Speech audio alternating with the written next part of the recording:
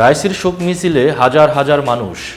Helicopter দুর্ঘটনায় নিহত president Ibrahim রাইসির এবং তার সফরসঙ্গীদের অন্ত্যেষ্টিক্রিয়ার শোক মিছিলে হাজার হাজার মানুষ অংশ নিয়েছেন।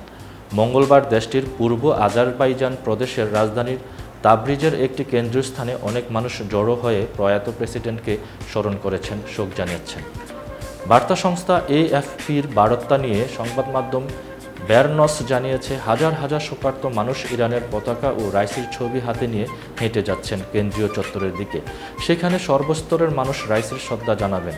হেলিকপ্টার বিধ্বস্ত হয়ে নিহত ইরানের প্রেসিডেন্ট ইব্রাহিম রাইসির মরদেহ এখনও দেশটির রাজধানী তেহরানে নেওয়া হয়নি।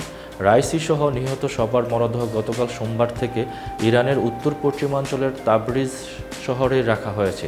সেখানেই জানাজা হবে। এরপর রাইসির মরদেহ নেওয়া হবে তেহরানে। আজারবাইজানের সীমান্তবর্তী এলাকায় গত রোববার 19 মে দুই দেশের যৌথভাবে নির্মিত একটি বাঁধ উদ্বোধন করতে গিয়েছিলেন প্রেসিডেন্ট রাইসি। সেখানে আজারবাইজানের প্রেসিডেন্ট ইলহাম আলিয়েভও ছিলেন। সেখান থেকে 3টি হেলিকপ্টারের বহর নিয়ে ইরানের পূর্ব আজারবাইজান প্রদেশের রাজধানী তাবরিজে ফিরছিলেন রাইসি, পররাষ্ট্রমন্ত্রী হোসেন আমির আবদুল্লাহিয়ান সহ অন্যান্য কর্মকর্তারা। পথে পূর্ব আজারবাইজানের জোলফা এলাকার কাছে দুর্গম পাহাড়ে প্রেসিডেন্ট ও পররাষ্ট্রমন্ত্রীকে বহনকারী বেল 212 মডেলের হেলিকপ্টারটি বিধ্বস্ত হয়। এতক্ষণ বার্তা বৈঠকের সাথে থাকার জন্য ধন্যবাদ। নতুন নতুন তথ্য ও সংবাদ পেতে বার্তা বৈঠকের ইউটিউব চ্যানেল এবং ফেসবুক পেজের সাথেই থাকুন।